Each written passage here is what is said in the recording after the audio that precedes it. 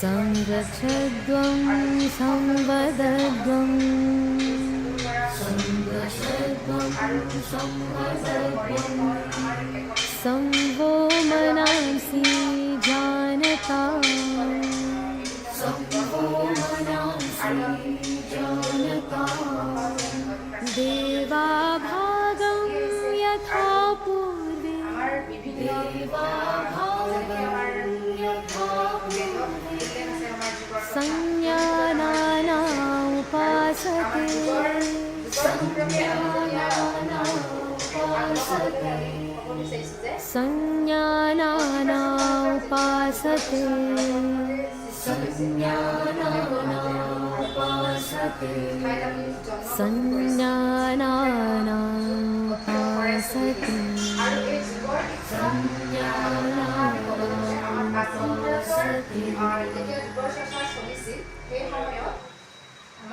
শিৱ আদি তেওঁ যোগী বুলি কোৱা হয় কাৰণ তেওঁ প্ৰথমতে ৭জন শিষ্যক মানে যোগ শিক্ষা দিছিল আৰু সেই ৭জন শিষ্যই কি কৰিছিলে যোগৰ প্ৰচাৰ চলাইছিল। এটা সময়ত আমাৰ খনন কাৰ্য আৰম্ভ হৈছিল আৰু সেই খনন কাৰ্যত আমাৰ বিভিন্ন ধৰণৰ মূৰ্তিসমূহ উদ্ধাৰ হৈছিলে আৰু সেই মূৰ্তিসমূহত যেতিয়া উদ্ধাৰ হৈছিলে তাত আমাৰ ভগৱান শিৱৰ মূৰ্তিৰ দ্বাৰা উদ্ধাৰ হৈছিল বুলি ইতিহাসবিদসকলে মানে ক'ব বিচাৰিছে। তাৰপিছত আমি ক'ব লাগিব যে আমাৰ বৰ্মা যুগতো যোগচৰ্চা চলিছিল। আমাৰ যিহেতু ভাৰতবৰ্ষৰ ৪খন বেদ আছে, ঋগ্বেদ, সামবেদ, অৰ্থবেদ আৰু যজুৰ্বেদ। ঋগ্বেদত আমাৰ যুগৰ কথা কোৱা হৈছে, অৰ্থবেদত আমি উশাহ নিশাহ নিয়ন্ত্ৰণ কৰিব পাৰি যে কি লাভালাভ হয় এই সম্পৰ্কে কোৱা হৈছে। তাৰপিছত আমাৰ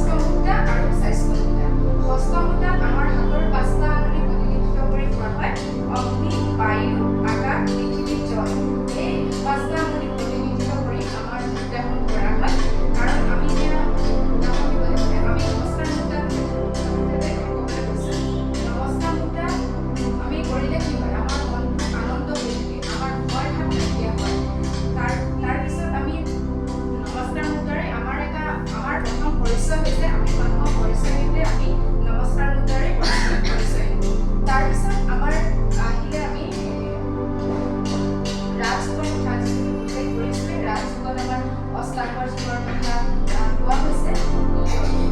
আৰু আমাৰ অষ্টাংগৰ প্ৰথম নিয়ম হৈছে আসন, প্ৰণায়াম, প্ৰত্যাহাৰ, ধাৰণা, ধ্যান আৰু সমাধি। নিয়মত আকৌ আমাৰ 5টা নীতি আছে আৰু আমি সেই 5টা নীতিৰ ভিতৰত আমি সদায় সত্যপথত থাকিব লাগে। আমি চুৰি কাৰ্য কৰিব নালাগে। আমি বেয়া কামৰ লগত লিপ্ত হৈ থাকিব নালাগে। আমি কিছুমান কাম কাজৰ পৰা আমি আঁতৰি থাকিব লাগে। নিয়মতো ঠিক তেনেদৰে আমাৰ 5টা অংগৰ কথা কোৱা হৈছে। আমি নিয়মত আমাৰ 5টা নিয়মৰ কথা কোৱা হৈছে। তাত আমি স্বাধ্যায় কৰিব লাগে। ৰাতিপুৱা সোনকালে শুই উঠি আমি পাঠকৰ্ম কৰাৰ পিছত চাফ-চিকুণ হৈ থাকিব লাগে। আমি ঈশ্বৰৰ সৈতে মিলিত হ'ব লাগে। স্বাধ্যায় আমি বিভিন্ন ধৰ্মগ্ৰন্থসমূহ পঢ়িব লাগে। তাৰপিছত অষ্টাংগ যোগৰ দ্বিতীয় অংগটো হৈছে আমাৰ আসন। আসন পতঞ্জলি ঋষিমুনিয়ে কৈছিল যে স্থিৰভাৱে গোটেই অৱস্থান কৰিব পৰা স্থিতিয়ে হ'ল আসন। আসন আকৌ আমাৰ 3 প্ৰকাৰৰ: স্বাস্থ্য আসন, ধ্যান আসন আৰু শৱাসন। ধ্যান আসনত আমাৰ যিকোনো এখন আসনত আমি পদ্মাসন কৰিব পাৰোঁ, বজ্ৰাসন কৰিব। যোগা এণ্ড ফিটনেছৰ বিষয়ে গোটেইখিনি বিৱৰণটো দিলে। ইয়াতে এটা দুটা টপিক পৰিছিলে, যিটো আমাৰ পিপিটি আছিলে। তাৰে হৈছে physical benefits of yoga. Physically শাৰীৰিকভাৱে যিখিনি যোগা আমি কৰিব দৈনন্দিন জীৱনত যদি কৰা হয়, তো তেতিয়া আমাৰ কি হ'ব, এটা ফ্লেক্সিবল হৈ থাকিব, স্বাস্থ্য হৈ থাকিব, বেমাৰ আজাৰৰ পৰা অকণমান আঁতৰত থাকিব পৰা যাব। যিটো এটা মাস্কুলাৰ ষ্ট্ৰেংথ বা ফ্লেক্সিবল হ'ব, ইনক্ৰিজ কৰিব হ'ব। ৰেছপিৰেশ্যন চিষ্টেমতো অকণমান বা এনহেঞ্চ পোৱা যাব। নেক্সটটো হৈছে আমাৰ মেণ্টেল এণ্ড ইম'চনেল বেনিফিট। আমি কিছুমান এনেকুৱা ধৰণৰ সমস্যাৰ সন্মুখীন হ'বলগীয়া হয়, কেতিয়াবা টেনশ্যন, ষ্ট্ৰেছ বা ডিপ্ৰেশ্যনত যাবলগীয়া হয় যিকোনো কাৰণতে। তো এনেকুৱা ক্ষেত্ৰত আমি দৈনন্দিনভাৱে যদি আমি যোগা কৰিব পাৰোঁ, তেতিয়া আমাৰ যিটো ডিপ্ৰেশ্যন বা ষ্ট্ৰেছ হ'ব, তো তাৰ পৰা আমি অকণমান বিৰত হৈ থাকিব পৰা যাব। এটা ৰিলেক্স পোৱা যাব যোগাটো কৰি থাকিলে। ইমানখিনি আছে। নেক্সট চাবাই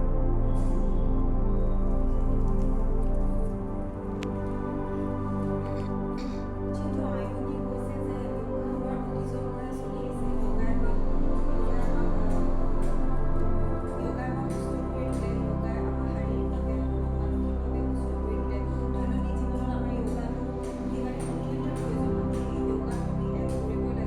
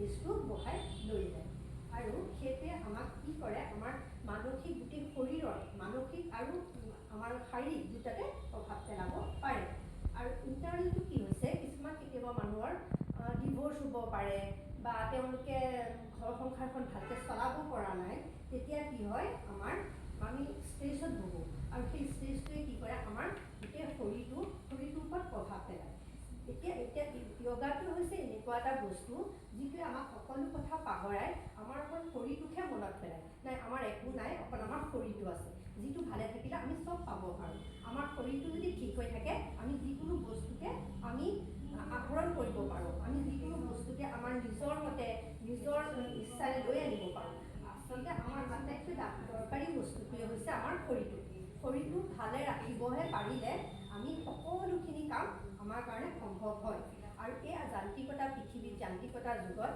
য়োগাটোৱে এনেকুৱা এটা বস্তু যিটোৱে আমাৰ মানসিক স্বাস্থ্য বা মানসিক প্ৰেছাৰ সকলো ঠিক কৰি ৰাখিব পাৰে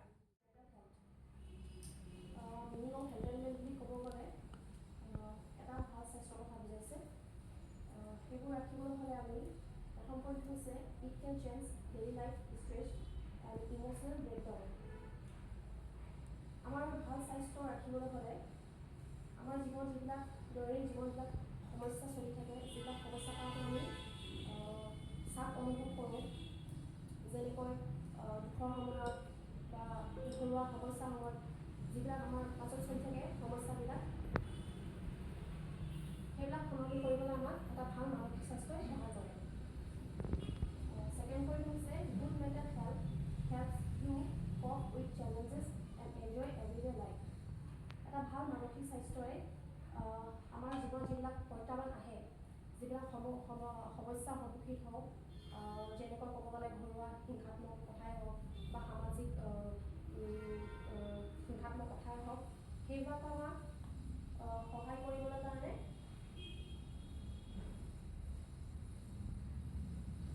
সেই প্ৰত্যাহ্বানবিলাকৰ আমাক এটা ভাল মানসিক স্বাস্থ্য সহায় কৰে আৰু লগতে আমাৰ জীৱনটো এটা সুখময় কৰি ৰাখিবলৈ আমাক সেইখিনি বস্তুৱে সহায় কৰে 3 নম্বৰ পইণ্ট হৈছে it is not just the absence of mental illness অকল মানসিক ৰোগ থাকিলেই যে আমাৰ মানসিক স্বাস্থ্য বেয়া হৈছে বুলি নুবুজায় সেইটো ভাল কৰি ৰাখিব হ'লে সমস্যাবিলাকৰ পৰা ফেচ কৰিব লাগিব সমস্যাবিলাক সন্মুখীন ফেচ কৰিব লাগিব আৰু যিবিলাক আমাৰ দুখৰ আগত যিবিলাক অকলক আমি ফেচ কৰি থাকিবলগীয়া হয় সেইবিলাক ভাল কৰি ৰাখিব হ'লে আমাক মেণ্টেল হেল্থটো খুবেই দৰকাৰ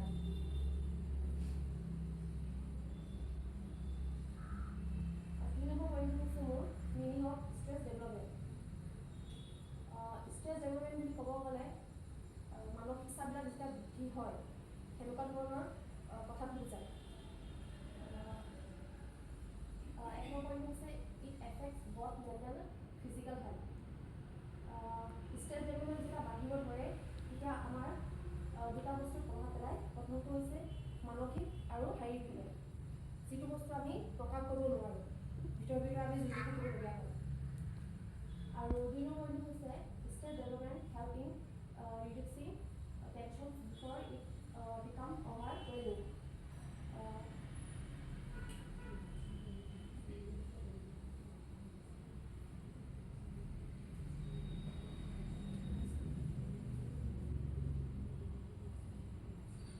ষ্ট্ৰেছখিনি বঢ়াৰ আগতে আমি দুটা কথা জানি থ'ব লাগিব ষ্ট্ৰেছখিনি কেনেকৈ কমাব লাগে আৰু কোনফালৰ পৰা বাঢ়িছে সেইখিনি কথা জানিব লাগিব first of all 3 number point হৈছে ষ্ট্ৰেছ কেন ডেভেলপ অনগ'য়িং ৱৰ্ক প্ৰেছাৰ অৰ চাডেনলি যেতিয়া আমাৰ কামৰ প্ৰেছাৰবোৰ বাঢ়িব ধৰে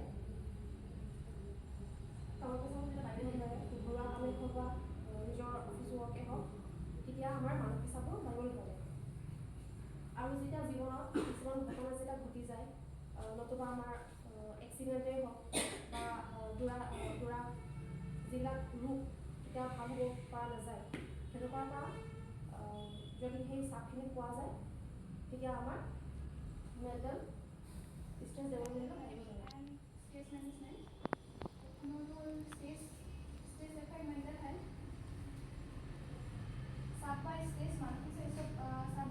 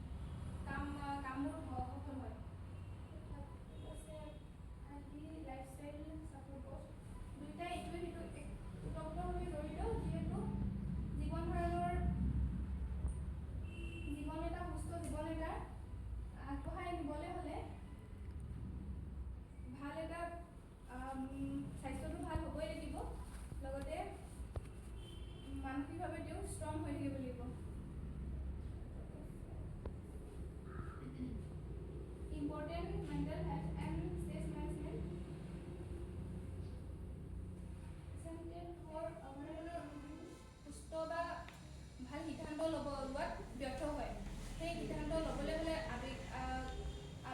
ইম'চনেলি তেওঁ ষ্ট্ৰং হ'ব লাগিব। আৱেগত মানুহে যিকোনো ধৰণৰ সিদ্ধান্ত লৈ দিব পাৰে। সেই সিদ্ধান্ত ভুল হোৱাৰ প্ৰায়ে চান্সেছটো থাকে। সেই সিদ্ধান্তৰ পৰা মানে নিজকে বচাই থাকিবলৈ বা ঘৰখনক হওক বা সমাজখনক হওক বচাই সুৰক্ষিত হ'বলৈ আৰু সেই কামটোত মই বা আপুনি আগবঢ়াই নিবলৈ হ'লে তেওঁ আৱেগিকভাৱে ষ্ট্ৰং হ'ব লাগিব। ইম্পৰ্টেণ্ট হয়। ফিফথত আছে হেল্থ ট্ৰেকিং স্কিল, স্বাস্থ্যৰ মোকাবিলা কৰিবলৈ স্বাস্থ্যৰ সেই বিকাশৰ কাৰণে দুয়োটা ইটোৱে সিটো ওতঃপ্ৰোতভাৱে জড়িত। স্বাস্থ্যটো মানসিকভাৱে ভাল থাকিবলৈ হ'লে স্বাস্থ্যটো খুব ভাল হ'ব লাগিব। স্বাস্থ্যটো ভাল হ'বলৈ আমাৰ য়োগা ইম্পৰ্টেণ্ট। য়োগা ডেইলি যেতিয়া আমি য়োগা কৰোঁ বা আমি বহুত বেছি ষ্ট্ৰেছত থাকোঁ, ভাগৰত থাকোঁ, তেতিয়া আমাৰ হঠাতে শাৰীৰিকভাৱে আমাৰ মূৰৰ বিষ হ'ব পাৰে। নেক্সট আমি দেখিছোঁ ফেটিক, আমাৰ বহুত বেছি বডিটো আমাৰ দেহটো ভাগৰ অনুভৱ হ'ব পাৰে। নেক্সটত দিছোঁ মাচুল টেনশ্যন, অৰ্থাৎ আমাৰ যেতিয়া বহুত বেছি ভাগৰ অনুভৱ হয়, বহুত বেছি আমি অৱসাদ ফিল কৰোঁ, তেতিয়া আমাৰ মাংসপেশীবিলাক খুব সঘনে টানি ধৰে, আমাৰ বডিটোৰ এটা ভয়ৰ সৃষ্টি হয়। সেইটো এটা ইফেক্ট হ'ব পাৰে, ৰিজাল্ট হ'ব পাৰে। নেক্সট আমাৰ টোপনিৰ ক্ষেত্ৰত বহুতখিনি সমস্যা হ'ব পাৰে। আমাৰ টোপনি নাহিব পাৰে। যেতিয়া আমাৰ বহুত বেছি ভাগৰ লাগে তেতিয়া আমাৰ টোপনি নাহে। আমি যোনখিনি সময়তে শুবলৈ বিচাৰোঁ টোপনিটো আহিব নোৱাৰে।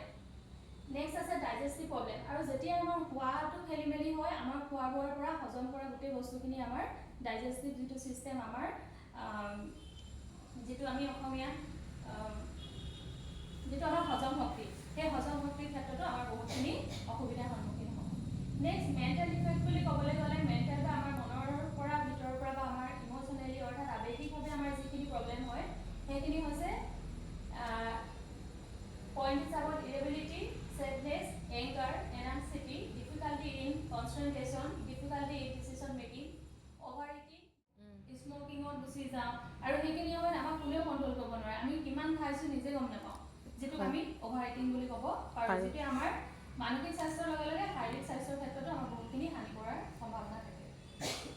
নেক্সট আছে decision making, difficulty in decision making, অৰ্থাৎ আমি যিকোনো সিদ্ধান্ত লোৱাৰ সময়তো আমি সেইখিনি সময়ত শুদ্ধভাৱে ল'ব নোৱাৰোঁ। আমি সকলো জানি বুজিও যেতিয়া সিদ্ধান্ত এটা ল'বলৈ যাওঁ, সেইখিনি সময়ত যেতিয়া আমি খুব বেছি দুশ্চিন্তা থাকোঁ, সেইখিনি সময়ত হয়তো এজন জনা বুজা ব্যক্তি হ'লেও তেওঁৰ সিদ্ধান্তটো হয়তো লওঁতে ভুল হ'ব পাৰে।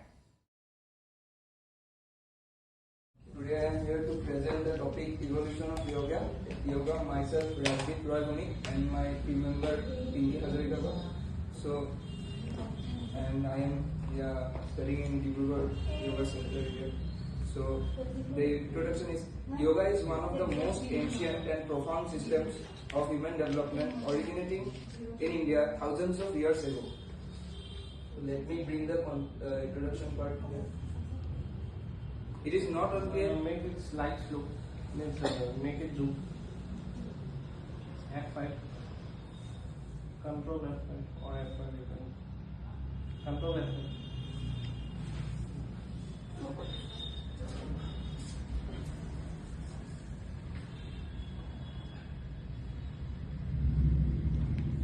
Control F5 মানে এখন মুন্ডাই এঙ্গেল দেখছো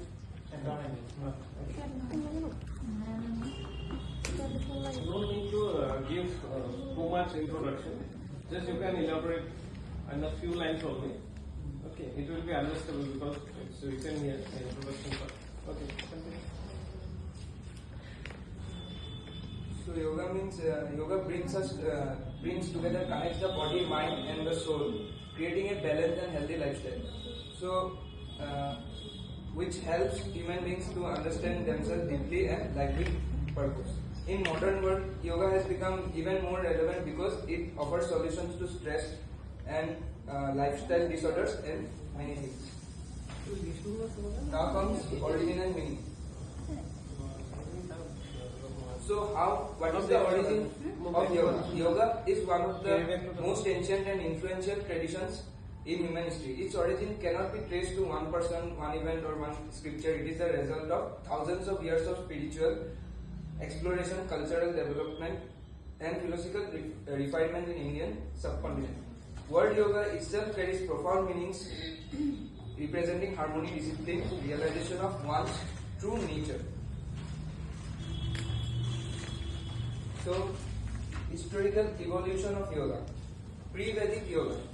Meditative and aesthetic practices appeared among early Indian civilization, showing earliest signs of yogic culture. Vedic period, which came in 1500 to 500 BC, yoga was practiced by sages to achieve spiritual insight and control over the mind. Rig Veda and Upanishads mention meditation and self-discipline. Pre-classical period came between 500 BC to 200 CE. Texts like Bhagavad Gita introduced parts of yoga, karma yoga, bhakti yoga, and jnana yoga. Classical period, which came between 200 BCE to 500 CE, Patanjali's Yoga Sutras defines eightfold path, providing systematic guide for spiritual growth. Post-classical period, 500 to 800 CE, various schools of yoga emerged, including Hatha Yoga, emphasizing body control, breath, and energy balance. Modern yoga, 1800 CE to till present time. Yoga gained global attention through reformers like Swami Vivekananda, B.K.S. Iyengar. It evolved into a universal wellness system blending spirituality with science. Now the next part will continue by Vivek.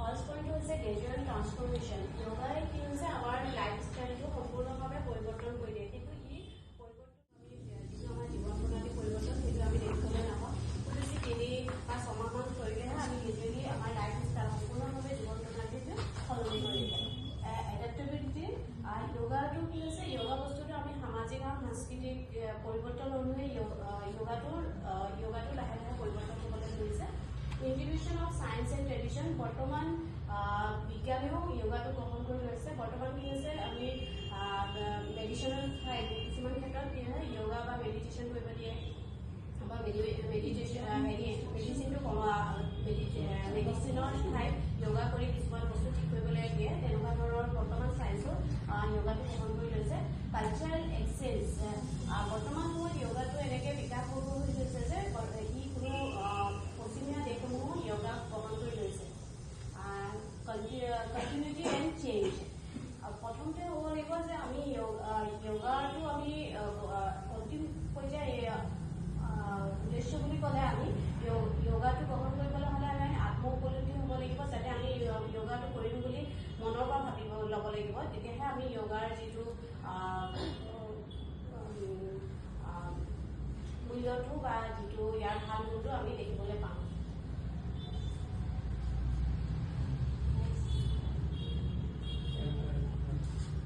Rules of the evolution of yoga. ইয়াৰ কিছুমান গুণাগুণ আছে প্ৰথম হৈছে global ৰিকগনাইজেশ্যন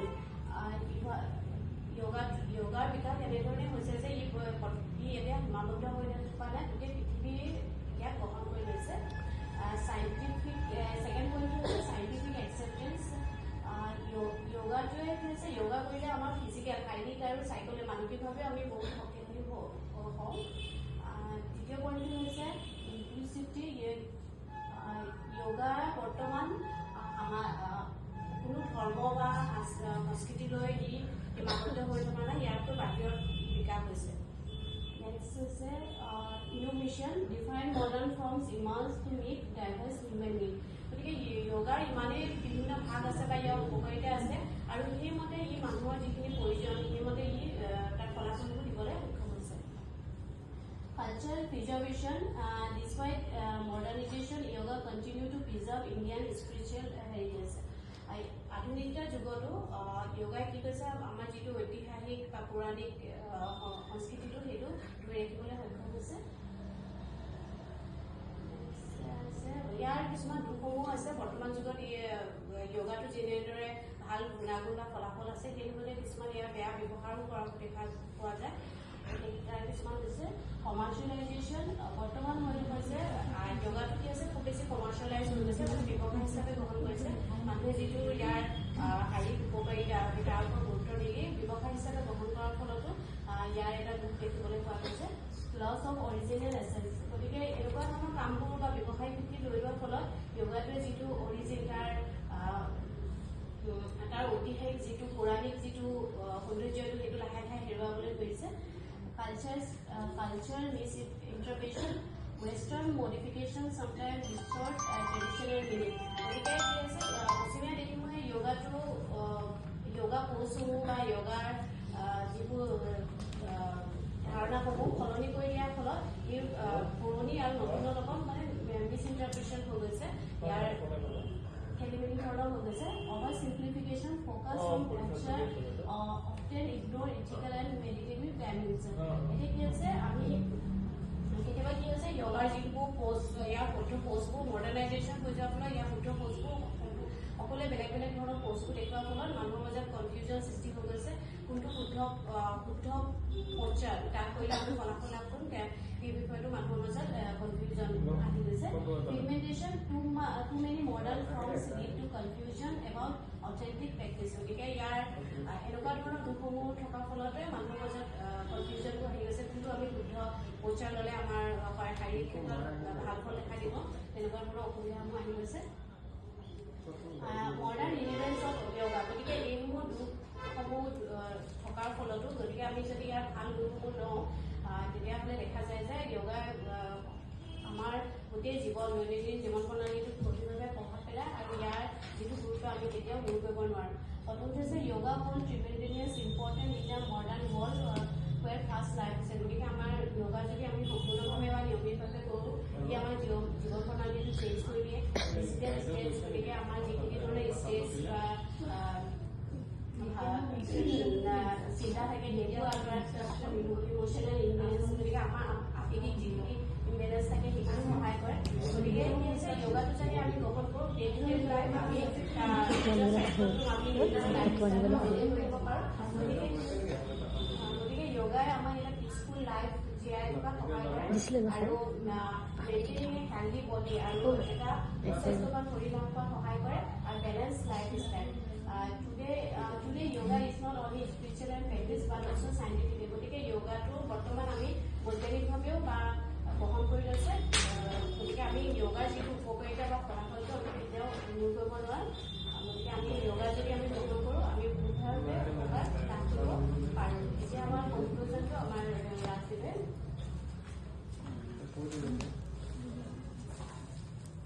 So now I will give the conclusion part. So evolution of yoga is a remarkable journey that reflects how human beings have continuously sought harmony, health and self-realization throughout the history. Means yoga will continue to evolve and continue to grow. First it started from the mind controlling and spiritual development, but it later developed through many ideas taken from Bhagavad Gita and Upanishads and philosophical ideas, and so we can get them from there. So today yoga remains a universal practice that continues to evolve with science, therapy and lifestyle needs. Its long evolution shows its timeless wisdom and adaptability. Overall, yoga's journey highlights its enduring role in promoting well-being, inner peace and deeper connection to oneself. So with this, I conclude this presentation. Thank you.